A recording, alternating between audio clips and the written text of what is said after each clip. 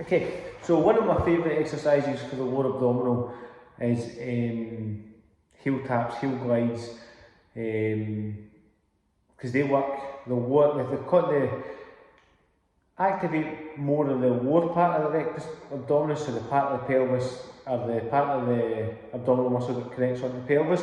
So if you look at when I'm in this position here, I've got my hips extended, my abs pulled in tight, the stomach's nice and flat. If I tilt my pelvis forward, I let this go, you end up with this wee pouch at the bottom of the stomach, and that's where a lot of times, even somebody with low body fat don't have this nice muscle tone here. It's because the hip flexors are tight, they're going to pull the pelvis forward.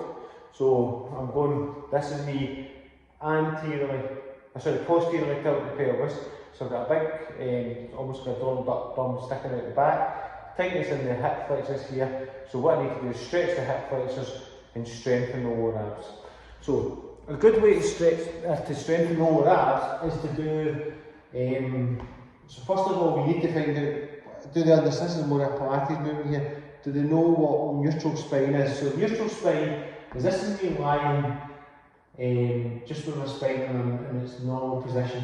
So a lot of time when people do lower abdominal work, they're cued to try and push their lower back down into the floor. But what that actually does is it takes the pelvis anteriorly tilts it, so tilt the pelvis up. So it's actually not a neutral position. If you look at the shape of the spine, it's an S shape, so the lower back shouldn't be tight against the floor. So to get them to understand this, what we're going to do is a thing called pelvic rocks. So a pelvic rock is, this is me lying in normal position. I tilt the pelvis forward, so imagine the pelvis is like a bucket of water. I'm going to tilt the water out in front of this bucket here. So I've got a big curve here between my back and the floor, and I can fit my hand in plus a bit more space. I'm going to pull the pelvis up the way now, and the back is now tight against the floor. So just do wee rocks, that's the tilt forward, pull back up. Just rock that back and forward. And what we're trying to get them to do here is, can they get that pelvis moving without the rest of the body sort of tightening up and maybe even like shifting the weight back and forward. It's just isolating this part of the pelvis and the lower back and just rocking back and forward. And what should happen is if I pull the pelvis up, I feel my lower abdominals contracting. So once I've got them used to the neutral position, they know what they're doing there, just cue them to gently pull the sternum muscles in. So it's not a big tight pull, it's just a wee gentle pull of the sternum muscles, and my hand should be quite snug to fit in between the lower back and the floor. Then level one is just lift one foot off the ground slightly, just an inch or two off the ground, slide it away, and I slide the legs away extend the legs away till my legs straight without a curve on the back, and do the same on the other side. So if I get this one wrong, once I've straightened my leg away, the gap changes here. So that's telling me you don't have enough lower abdominal strength or tone to keep that position. So if that's the case, just make it a smaller step, like that. But if they can sit or lie here and do this position and don't really feel too challenging, then they're probably ready to move to the next level. So the next level up is the tabletop. So you lift one leg up, then the other.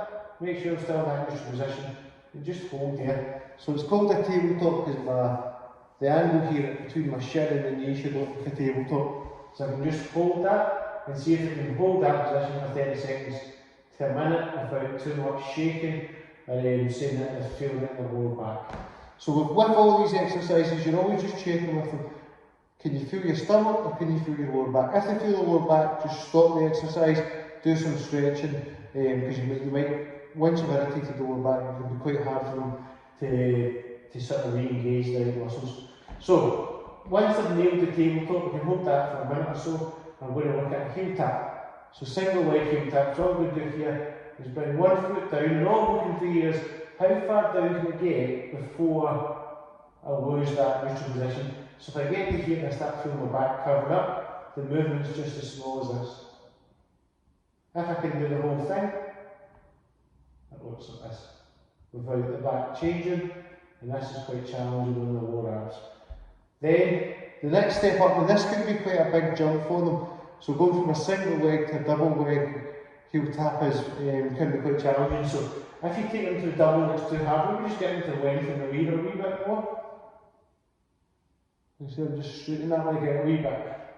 Once they're ready for that, I then go to a double leg heel tap, and again I can increase the lever length, which makes it a lot more difficult.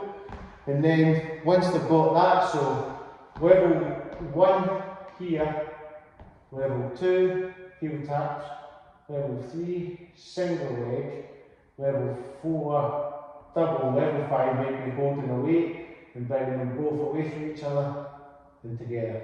And again, how big I make the movement, so I get my hands all the way back to the floor and I get my legs straight, that would be the most challenging position for that one. Okay,